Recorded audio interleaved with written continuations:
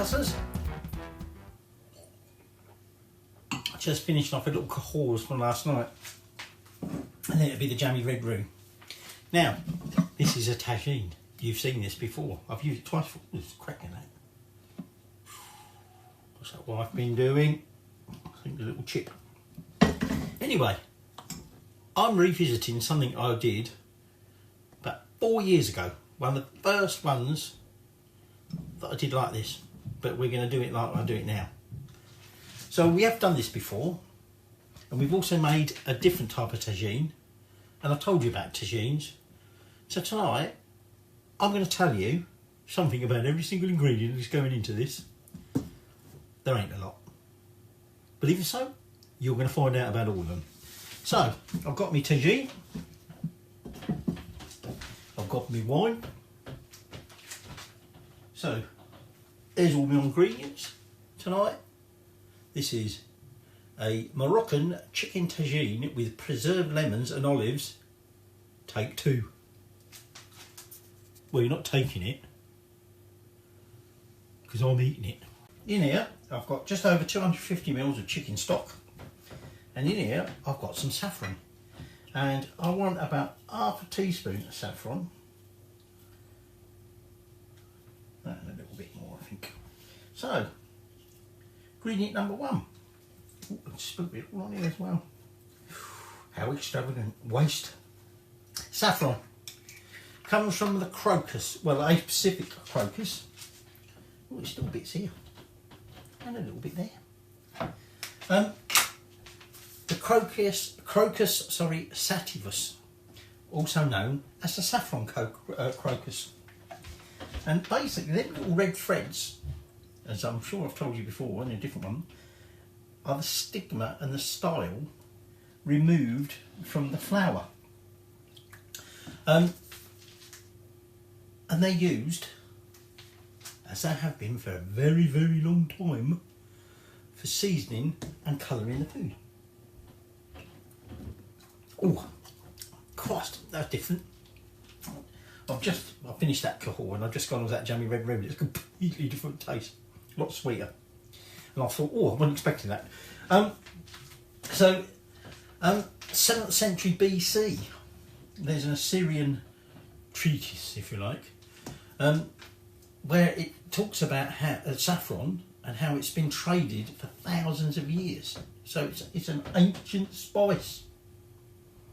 Bit like some of the Spice Girls now, they're getting a bit ancient, aren't they? The English word saffron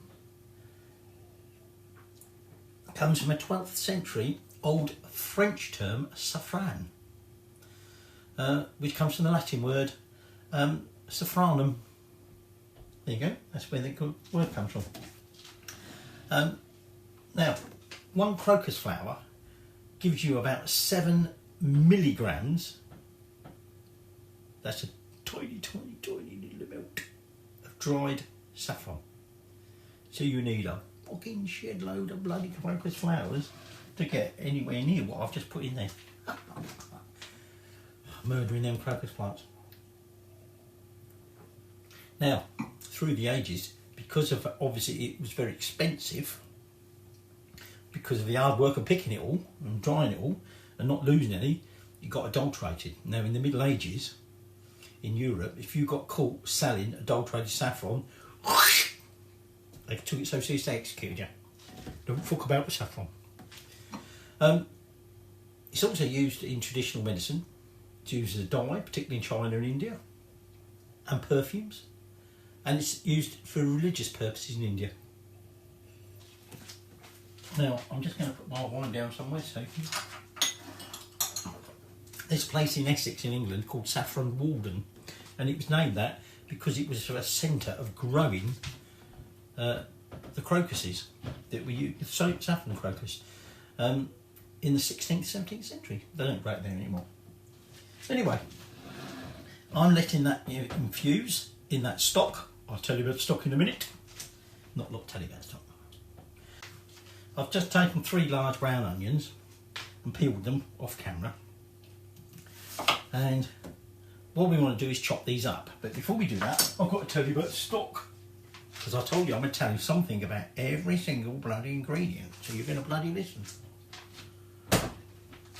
So,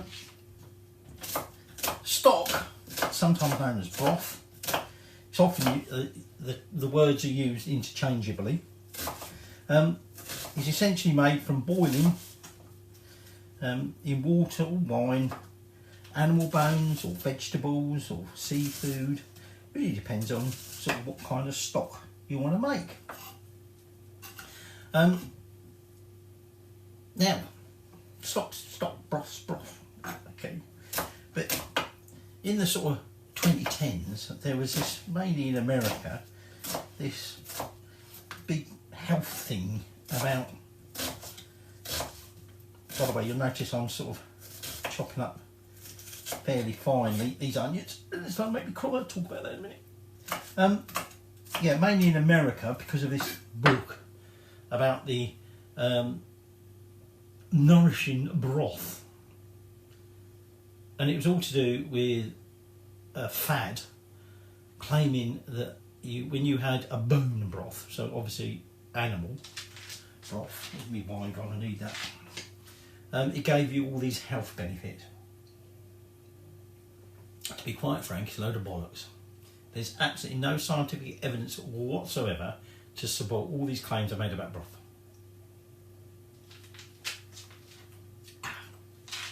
So, we move on to our next ingredient. Let me just wipe my hands a minute. And that is olive oil. Now, bloody onions. I'm going to add about 3 tablespoons of olive oil to the base of my tagine. Now, some of you may have noticed when it stood there, it doesn't say olive oil on the bottle. That's because I've run out of olive oil, and at the moment I'm using Cotswold Gold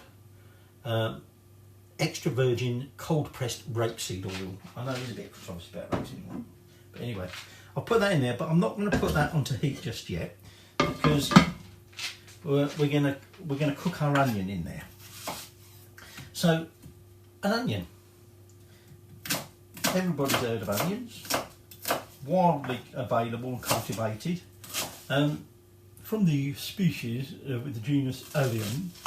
Okay, and there's a variety of different types. He's just trying to cut his fingers off. So yeah, as you can tell, there's a lot of onion in this. Onions often served raw, or it might be cooked. Primarily, obviously, in savoury dishes. But it can be used in pickles and chutneys. Oh, slipping out of the way of my fingers.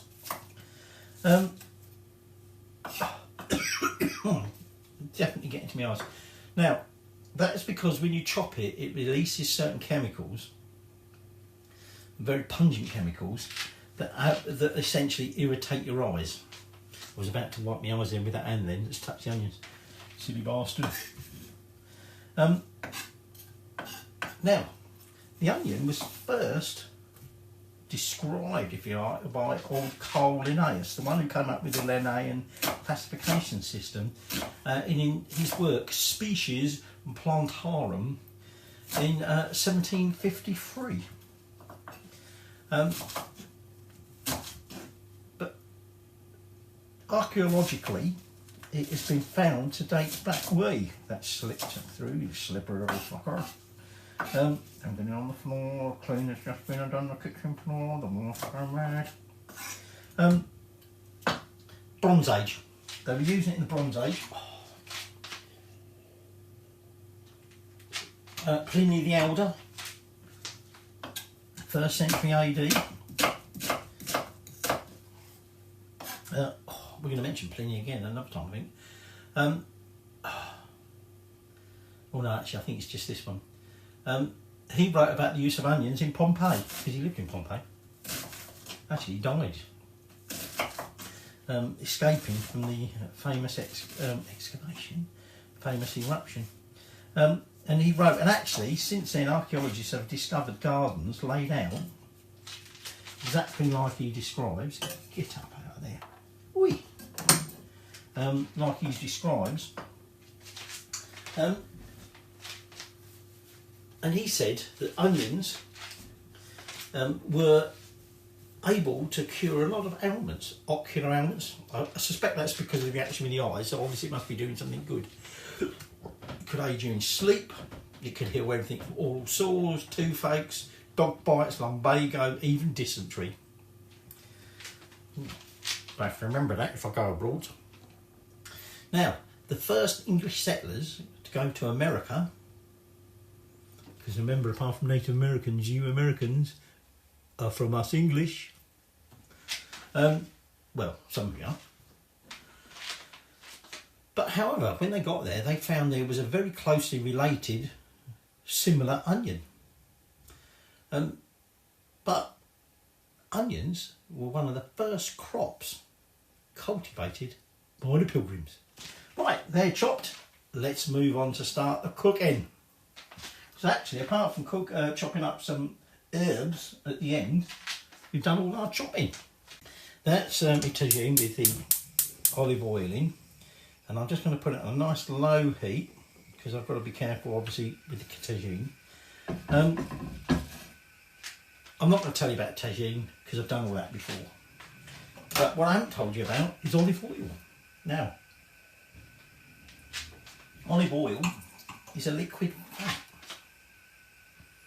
Well, you get fats that are liquid when they are usually vegetable, and then you get solid fats like lard and butter and things like that, and they're normally animal fats. So this is a plant fat because it's made from olives, from the olive tree, and it is a traditional European straight Mediterranean oil.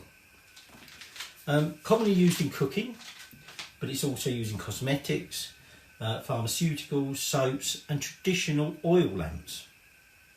And almost half of the world's olive oil is basically produced by Spain, as it happens. Now, the Spartans of the Greeks, when they were in the old gymnasium, they used to do everything naked. Rub themselves all over with olive oil. I suppose it's a bit like the old Turkish wrestling. Come here, you bastard! Whoops, fucking slipped out the hands. But anyway, it was also apparently considered part of something you could use for birth control.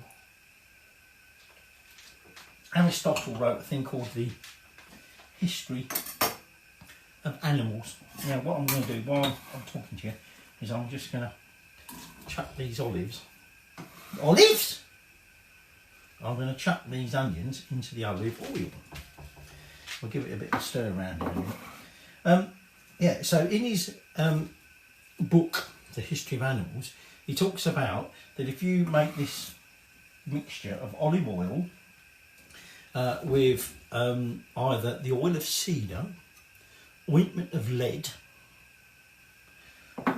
or ointment of frankincense, and then you apply that mixture to the cervix, it will prevent pregnancy. Now, I don't know if anybody's ever tested that.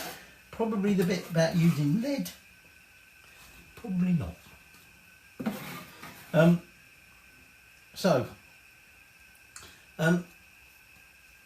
Archaeological evidence has shown in Galilee that actually olive oil was being produced as far back as 6000 BC. Right, we don't touch it. Just going to toss this around in that oil, and we're just going to cook this onion for a little bit. I'll move that because that's going to bloody annoy me. To obviously start cooking and softening it up. But essentially, this is going to need at least an hour's cooking. Wife was like, bit late tonight, so we're going to be a little bit late eating, but I don't know. Friday night, weekend tomorrow. Now, although this will go out way afterwards, this weekend it's the Euro final. England versus Spain, the biggest producer of olive oil. Somehow I think we might be beaten, but who cares? We're going to be watching the final. Anyway, I digress. The Roman Catholic, the Orthodox and Anglican churches use olive oil as part of the oil of baptism. Actually, ironically, last weekend we went to a baptism and they used the oil. As they do. The oil of the sick, basically, an oil that they would anoint the sick with to help them get better, as it were. In Jewish observance, olive oil was the only fuel allowed in the menorah. You know, the seven, I think it's seven, so I don't mean to offend, but I think it's seven thing candlestick or whatever. And in Judaism of the ancient Palestinians, again, oil was used to prepare the holy anointing oil for get in there, right? For priests, kings, prophets, whoever else. Okay. Now, olive oil is 100% fat. As it happens, it's monounsaturated fat. Talk about that in a second. But it's 100% fat. There's no carbs in it. There's nothing. It's just fat. Okay. Now, there's good fats and bad fats, as it were. Our body needs fats. What it doesn't need is a lot of saturated fats, which is animal fats, basically. So olive oil is full. Well, it's not full. It is. It's non-saturated fat. Okay, monounsaturated fat. And as a result, that line's going down a bit too easy. People argue it's good for heart disease. Well, it is good for heart. It's better for you than saturated fat. But studies show that if you replace saturated fat with a similar amount of unsaturated fat, i.e. olive oil, then it can reduce the risk of coronary heart disease. But it also means not only have you got to replace your saturated fat with it, you've not got to then have the saturated fat as well and other calories. Otherwise, there's no benefit whatsoever. So, we're just going to cook this for a few more minutes and then we're going to spice it up a bit.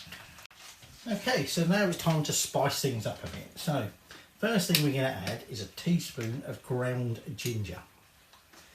Okay, so I'm just going to sprinkle that on there. Now, ginger, zingiber or gingiber officinale is a flowering plant whose rhizome, the root bit, if you like, often sometimes called ginger or ginger root, is, as lots of people know, a spice that is used in a lot of things. It's also used in folk medicine. There's a lot of stuff about ginger is good for helping cure disease, and that no evidence whatsoever. It originated in Southeast Asia, and actually it was one of the first spices to be exported to Europe along the spice trade routes, and it was widely, not wildly, might have been wildly, I don't know, but it was widely used by the ancient Greeks and Romans. Now in China, India and Japan, for centuries now, they've used it in traditional medicine as a dietary supplement, and research has shown that it might help with vomiting and nausea associated with pregnancy, i.e. not to vomit and have nausea, not to make you it. But that's the safety of doing that has never really been properly tested. But all the other claims for ginger, no. Now the next thing I'm adding is a teaspoon of ground cumin. Now cumin is another can't speak. I'm obviously not having that wine. That's what it is another flavouring spice from another flowering native plant, native to the Irano-Turanian region. Generally it's the seed that is used for the flavour and aroma.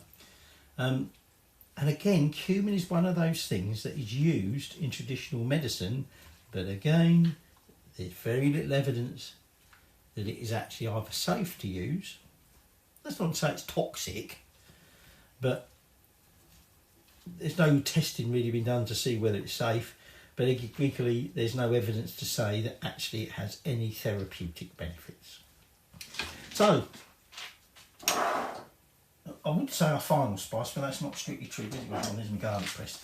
We're now going to add some garlic. Now I've got just about 1 bulb of garlic here. It suggests you want about 3 cloves of garlic, but this is a bit of an old tired bulb, not very big. So I'm just going to use most of that whole bulb, and we're going to add that garlic. Now garlic is another flowering plant that produces bulbs, Allium sativum. So it's related to the onion. And I'm using that. Get that in there. And we're just going to mix this in. Now we're gently going to cook this. Might just turn that heat up a fraction, because I'm on the smallest ring and it is very low. So I'm just going to turn it up a fraction.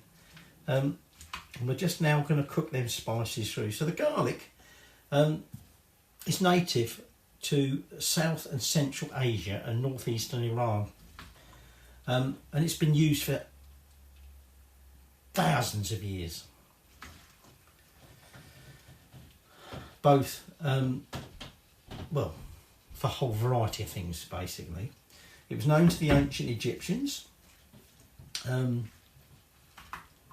China produced in 2021 73% of garlic that is used worldwide. Just so happens that's where it grows. Well, it grows in other places. What I mean was that's where they grow it mainly. Well, you know what I'm getting at.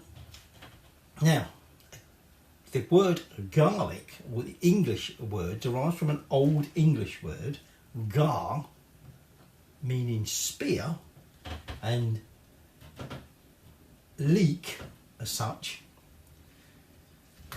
So essentially the word is made up of 2 words meaning spear-shaped leek. Not quite sure where they get that from, because I would have thought a leek spear-shaped, garlic's far from it, is it? But anyway, who cares? That's apparently where the word comes from. 2 words, gar and leek. Garlic. Now again, garlic is often associated with various health benefits. Now, in 2016 they took out they did a little bit of research on whether garlic really did reduce blood pressure, and it does cause a very small reduction in blood pressure, about 4 milligrams of mercury. 4 millimetres of mercury, sorry, not milligrams. 4 milligrams of mercury. There is no evidence of any kind of long-term health benefit on hypertension, obesity, cardiovascular morbidity or whatever, right? But probably garlic is also known more often in folklore. Obviously there's a classic one about warding off vampires.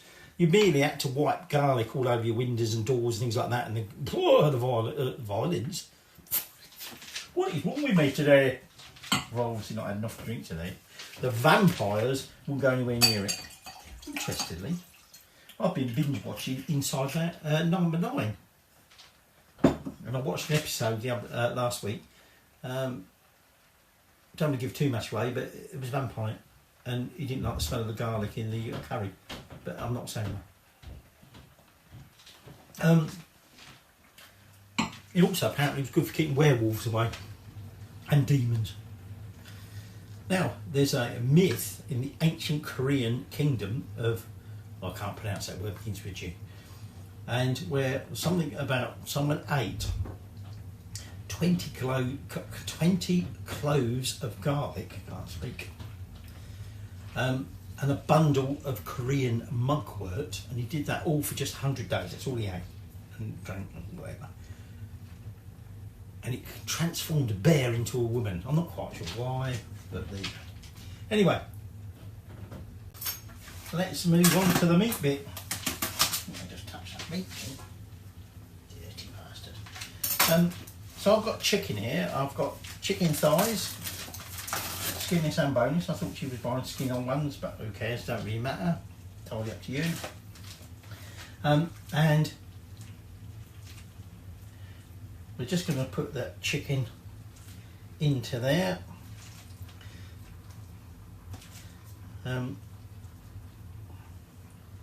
Shall I save them two?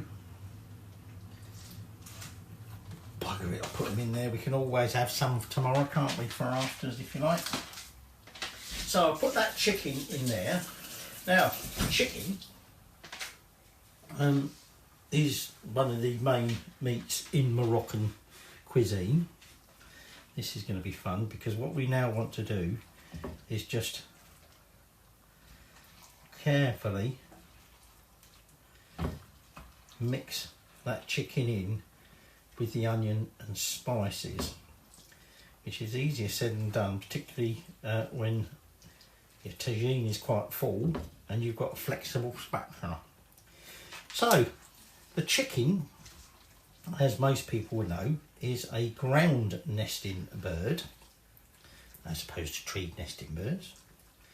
Okay, actually a chicken can be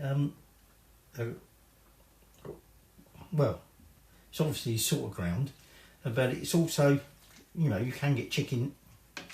There go the little get back here, get back here. Wait. It can be a waterfowl, but essentially the chicken, the one we're using, Gallus domesticus, is a large, round, short-winged bird domesticated from the red jungle fowl of Southeast Asia around 8,000 years ago. Now the spice is actually a little bit lost in all of this because of the amount of onions in here, but never mind. So what we're going to do is we're just going to keep this sort of turning over for a little bit, and I'm just going to get rid of that. So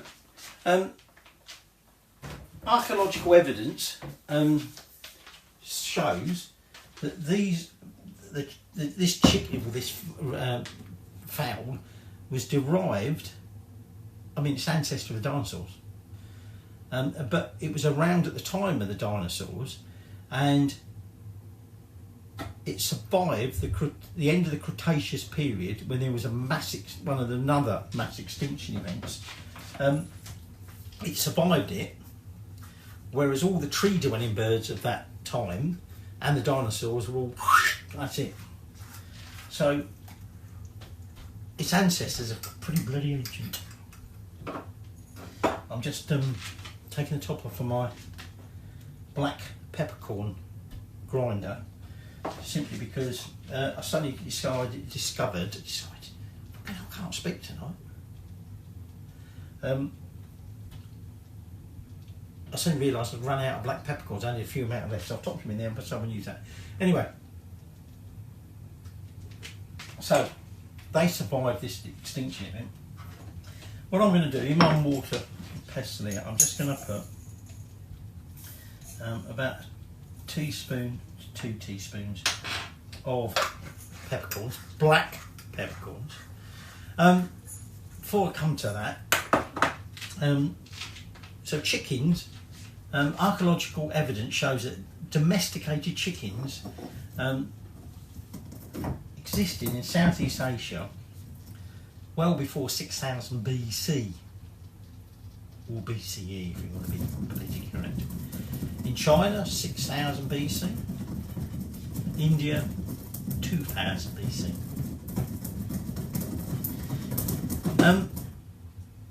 Oh, elf. Sit. Can't the air fryer.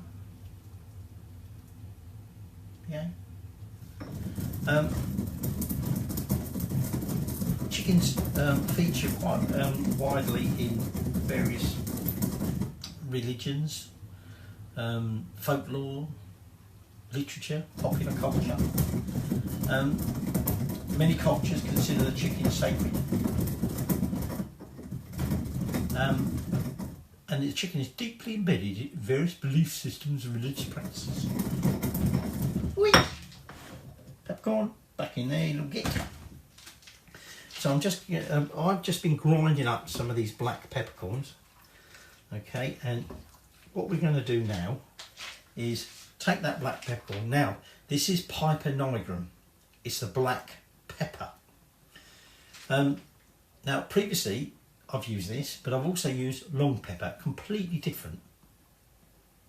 They're not different varieties of the same thing at all. And also, just to confuse things, people started in the 16th century in the New World referring to peppers, and they were talking about completely different things. Capsicum. I can't get my bloody words out tonight. Pardon me, and burping. I don't know why, I'm on wine, not beer. And there's no relationship between the capsicum and the peppercorns, as it were. So the black peppercorn is native to the Malabar coast of India, and where it is extensively cultivated.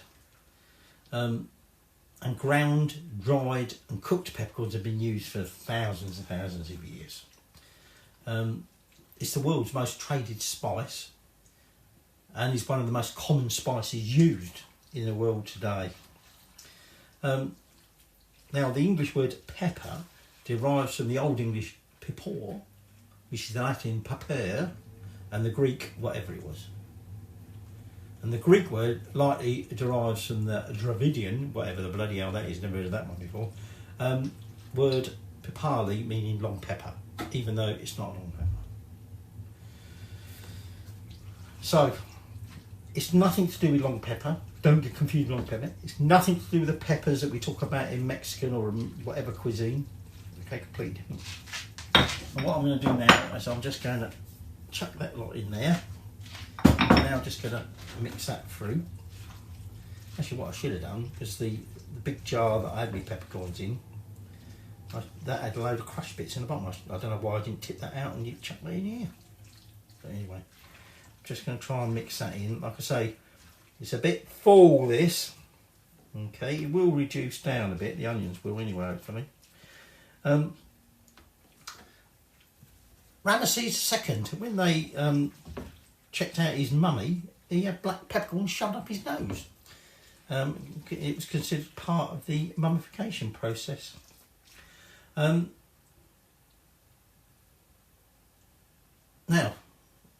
how it ended up being down in the Nile Valley, no one knows. But obviously it was considered something important because they shoved it up the nose of a dead pharaoh. But there you go. So these black peppercorns have been known for thousands and thousands of years in the sort of ancient world, if you like. It's been used as collateral, it's been used as currency. Now, in the Middle Ages, it was often believed that people use the black pepper, you know, the taste of it, in things made with rotten meat because it would hide the stench of the rotten meat. How true that is, no one knows. It might just be a complete myth. It might be true. Who knows? It is considered unlikely because, reason being, pepper was a luxury item. Only the very rich could afford it. So it's very unlikely the kind of people who could afford pepper would be buying rotten meat. We're getting close to the final sort of cooking stage, which should be about an hour. And what we've got here are some, if the little bastards want to come out, is some preserved lemons. Oh, I had a job getting these today. Now, preserved lemons, now these are small ones, so I'm just going to cut these in half. Preserved lemons, or they're sometimes known as lemon pickle, common in the cuisines of the Indian subcontinent and particularly Morocco. And this, remember, this is a Moroccan dish. Now, given these are small ones, we're halving them and we want about 6 of them. But given that I could only find these little jars, I'm going to put them all in. Right. Now, these have been, you know, in England around since the 18th century. People were using them. So I'm just scattering them in there. Okay, let's just get these final 3 out of here. Now, some of them are that small, I could just use them as they are, but if I don't cut them open, we're not necessarily going to get all the benefits out of it. So, they're sometimes known as country lemons. Let me just wash my hands a minute before we give that a bit of a stir. They're basically pickled in brine, lemon juice and a bit of salt. And sometimes some spices might be added as well.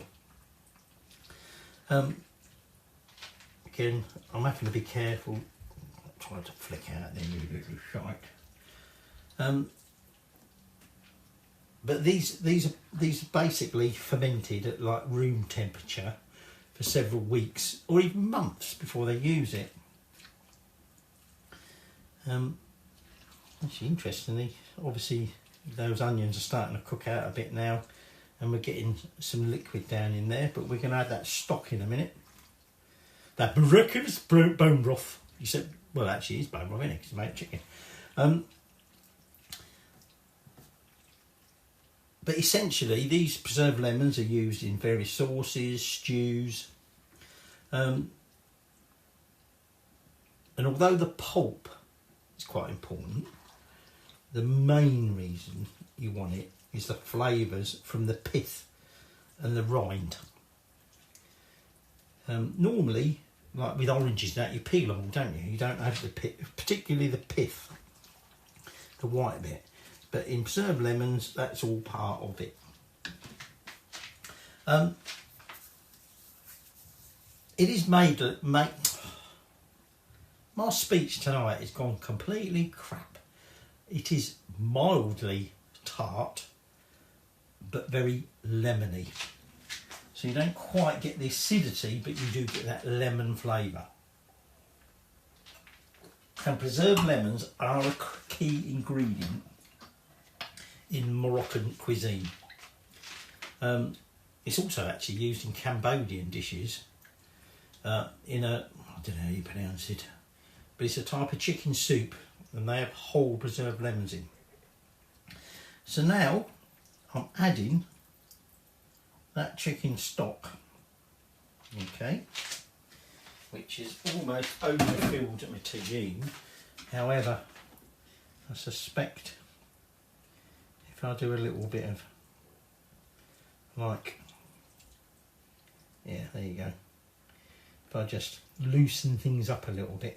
Now, I'm not too worried about the top of it, because once we get that lid on it,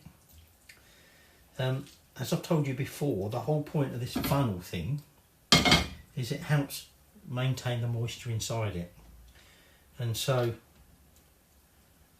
you know, the top is still, even though the bottom bit is immersed in the liquid. What do you think you're doing, you little guy? It won't be a problem. I didn't realise until I was doing a little bit of research, sometimes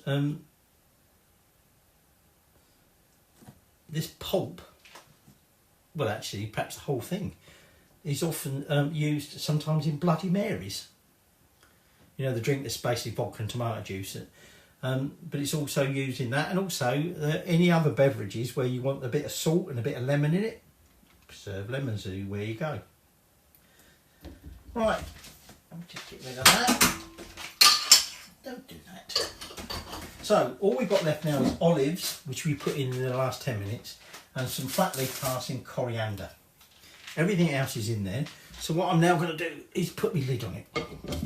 Now, I don't know how to pronounce this word properly, but in Ayurvedic or whatever cuisine or whatever, lemon pickle is often used as a remedy for stomach disorders, and basically it's meant to get better as it gets more mature.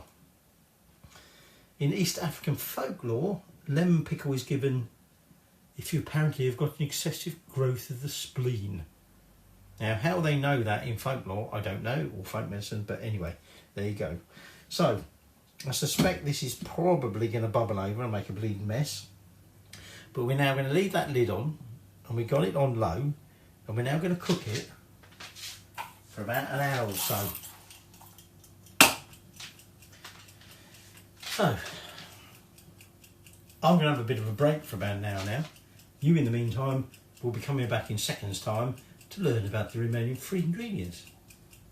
Okay, so that's cooked for an hour now, and so now we add the next magic ingredient, green olives. Now, you could bloody hellfire. You could use black olives, but this is traditional to use green. So I'm just draining these over here. Now, we've talked about the olive tree, olive oil. Now we're talking about the olive tree. Now, what I'm going to do, just going to lift this off of here. Remember, this is fucking hot. Whoop! Trying to be careful here. I'll be putting that on in a minute. I did actually drain a little bit of the liquid off earlier because it was starting to come over the top already. I've just noticed. Splashed over here. Get rid of that. So, green olives, traditional.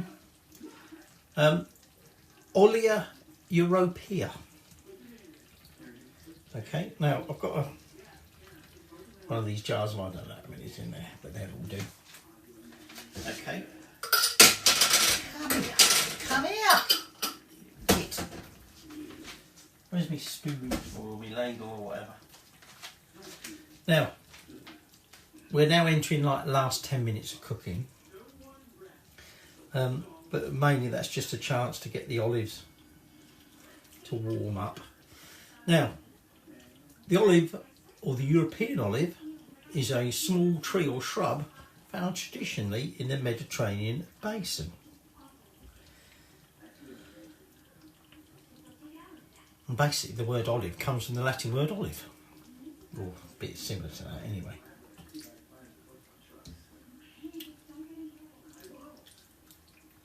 Just trying to carefully mix this in a little bit. Now, fossil evidence suggests that the olive tree has been around for 20 to 40 million years. And essentially originating from round about what we now know as Italy in the Mediterranean basin. Now, just giving that a little bit of a mix. Now what I'm going to do is just carefully pick that lid up, put that back on there, and we're spooky little git. And we're now going to give that another 10 minutes. So, bugger me, I ran out of wine. I'll have to find something else to drink. Anyway, so, according to Pliny the Elder, so back to Pliny again, there was both a fig tree, a vine and an olive tree planted in the middle of the main Roman Forum. Now that's the big marketplace. And the point of the olive tree was to provide shade. But mainly, at that time, they grew olives for the oil, but just as a lamp oil.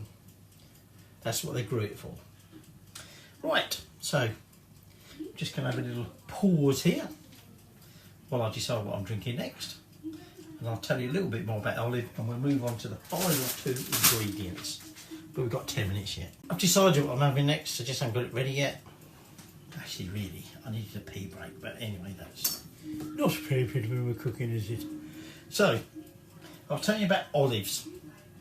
So, we mentioned about the forum, but that's a bit excessive. Let's put some out there. In the Hebrew Bible, so the Christian Bible, in the Old Testament, the olive, or the olive tree, or possibly leaf in some cases, because of sort of like interpretation, but anyway, it's olive, is mentioned in the Bible. And it's a very significant part of early sort of Christianity. Bloody hell, my speech is going out the bleeding window of Christianity. Let me just put that in a bit. For instance, in the story in Genesis of the flood, the great flood, and Noah, who's done what he's bit as instructed by God, and he's waiting to know when it's time to sort of land, if you like. It is an olive branch or leaf, depends on interpretation, or translation, if you like, that lets him know that there's obviously now the flood is abating, because there's now obviously land, because there's a tree present, the olive tree present. But it's not just mentioned in the Christian sacred text, it's mentioned at least 7 times in the Quran. So olives, or rather the olive tree, has been important for a very long time. Now there is an olive tree. Now this is all a bit controversial because various people argue it, but in Portugal there is a tree that is considered to be the oldest olive tree still in existence, and it's estimated to be 3,350 years old. So basically it was planted or seeded about the time of the Atlantic Bronze Age. There are other people that argue otherwise, that my tree's older than your tree, but I think that's the accepted one. Anyway, I've got my timer on. A few more minutes left, doesn't really matter, but we'll be getting ready to serve in a minute. So our final 2 ingredients are coriander and flatleaf parsley. So we're on the rosé prosecco, which I'm sharing with the wife. I think it's a little bit redder because it got a little bit of the red wine in it. Anyway, so our final 2 additions are coriander and flatleaf parsley, and I've just chopped up my coriander. Now, coriander's a herb, or a herb. We've had this discussion. Apparently it should be herb, even though in the past I've criticised Americans for calling it herbs, but apparently it should be herb. But anyway, herb, whatever. Now, the coriander plant, all the parts are edible, and that quite often what you do with the coriander, actually I think I've just cut up the parsley first, but anyway, whatever. You sometimes take the stalks off the coriander, but you still keep them and chop them up, and you quite often use them in stocks, things like that. But the coriander, you can use all parts of it. Now, most people say that coriander has this slightly sort of tart, lemony taste. However, if you have a certain variation of the gene OR6A2, you can sometimes say, ooh, it tastes all horrible and soapy. And that's down to genetics. So if you meet someone who says they don't like the taste of coriander, that's their genes. Now, coriander was mentioned in the 14th century in England. Getting confused here because I chopped the wrong thing up first. But it was mentioned in 14th century England. I'll put that in there before I forget what I'm doing. I can get my bloody mess. Let's all split and make a bleeding mess everywhere. Mentioned in 14th century England. Trying to get under my air fryer. And it derives from the French word, or the old French word, coriandre, which comes from the Latin coriandrum, which comes from the ancient Greek corianon, which may derive from a slightly different word meaning bedbug. The reason being that for some people the smell of coriander is very much like the bug-like smell associated with bedbugs. Hence, that's why it might be associated with bedbugs. Now, coriander, or parts of coriander, were found in the tomb of Tutankhamun. However, it is not native to Egypt, or certainly wasn't native to Egypt at that time. I don't think it still is, but it certainly went then. So it may be that it was back then it was being cultivated in Egypt, even though it didn't originate from there. And there is an ancient Egyptian text, a papyrus that was found, dated around 1550 BC, or BCE if you want to be politically correct, that mentions the use of coriander. And it's been around in ancient Greece since the 2nd millennium BCE.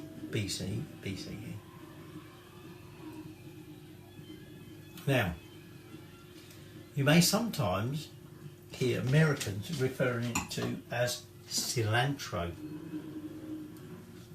And that is because cilantro is the Spanish word for coriander, and Mexican cuisine in particular uses coriander. Hence the reason a lot of Americans refer to it as cilantro.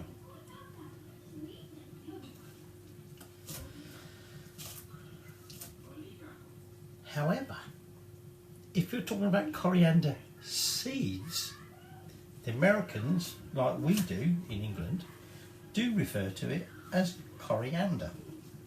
Now, coriander seeds are used in some beers, particularly Belgian wheat beers, and coriander seeds are also a major botanical used in gin. So there you go. That's your coriander. So the final one we're chopping up is parsley. In this case, flatleaf parsley. Now there are quite a few different parsleys, but parsley is a flowering plant native to Greece, Morocco, remember this is a Moroccan thing, and what was the former Yugoslavia.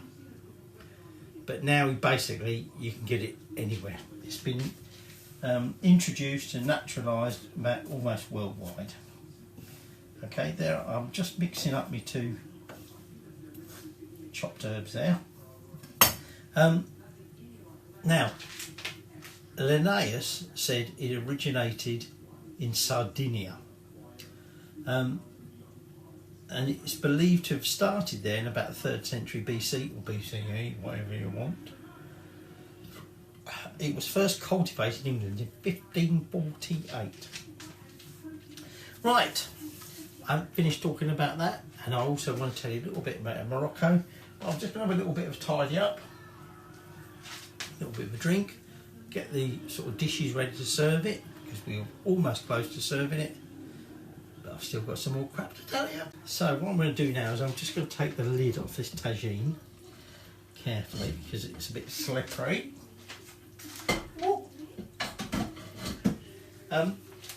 And we're going to add those two, probably gone a bit overboard to be honest. We're going to add those two remaining herbs. Now, the final one was flatleaf parsley. Now, parsley is native not only to Greece and the former Yugoslavia, but also Morocco. I'm just going to try and mix it in. Now, we're essentially all ready to go. Okay, so you don't need to cook this for that long. You little shite. We'll have my nice clean hob. Again, a bit like coriander, parsley is available worldwide. Sort of introduced and sort of natural all over the world. I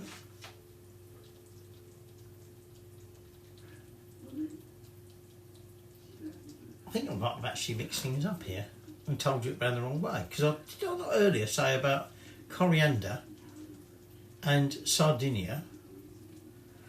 Complete arse about face, that was parsley.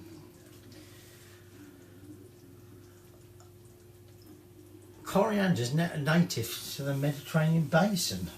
Oh, I think I'll mix things up here. I think I made a right cock up here, but never mind. Basically, the two of them are sort of close together. The word parsley is Old English, and it's essentially, just trying to mix that in. Oh, you little shite, it went there again. Told you this is a bit over full, this tagine. It's from the Old English Pertis or petersilly. It's obviously pronounced differently then. Okay. Now you get flatleaf parsley, you get curly parsley, but most chefs prefer flatleaf parsley because it has a stronger flavour. Right, I think I'm just going to about give up on trying to stir this because all I'm doing is making a bleeding mess. Now you want to make sure your chicken is cooked through. Okay, so it might take an hour, it might take less than an hour. This isn't on the bone, so this should cook quicker. But I think we're just about ready there to serve up. So I'm just going to turn the gas off. So finally, as we come to serve it, just a few quick words about Morocco, because this is where it comes from. This is a traditional Moroccan dish. Right, turn the heat off. I think I did that earlier, but anyway. We're now just going to dish it up. So, Morocco is bordered on two sides by water. So the north, you've got the Mediterranean. Right, so we're going to add a little bit of broth here and some onions and olives. That's hot.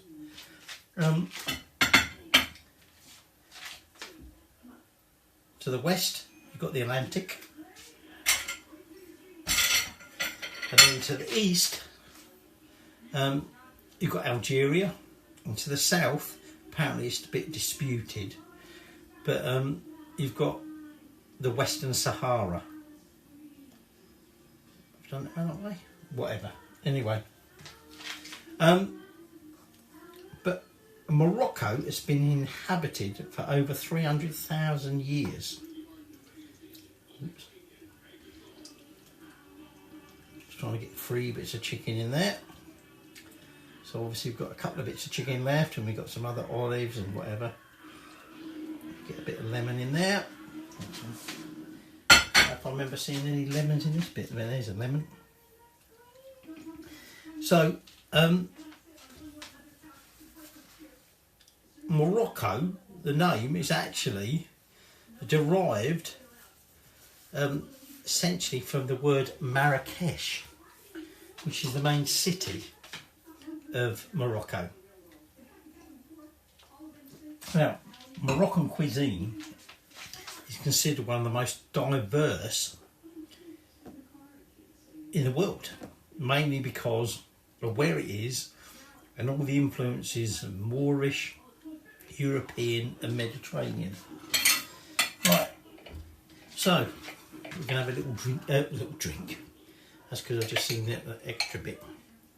So I'm going to have some onions and olive, probably a bit of oil in there.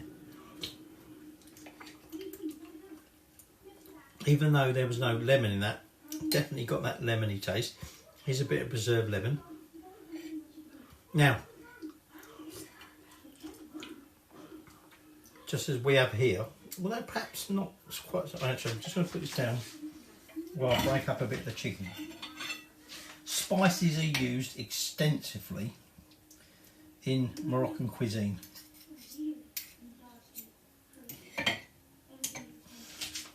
Many of them spices are introduced spices by the trade, you know, trade routes. But things like saffron, mint, olives, oranges and lemons are basically homegrown. And the main meat, not the only meat, but the main meat, like we've got here, is chicken.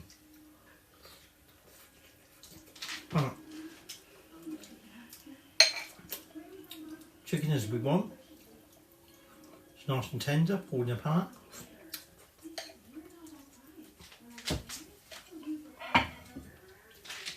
It's got that lemony taste from the preserved lemons. Getting a hint of ginger. Don't know about the cumin, but it's possibly masked a little bit by the lemons. Now, most people associate Morocco with couscous, and that is considered their national dishes, if you like. But the tagine, particularly chicken, not necessarily this version of it, is also another one. Now, just to finish off, I'm sitting there drinking this Prosecco. In Morocco, you'd be drinking tea, made with mint and other things.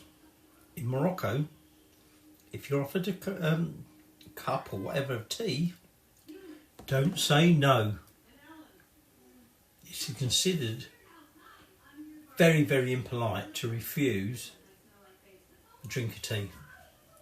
They drink it at all meal times, other times, and it is a drink of hospitality. In Morocco, if you're offered tea, say yes. In England here, cheers, Prosecco. Right, I'm going to go and eat this tagine now with the wife.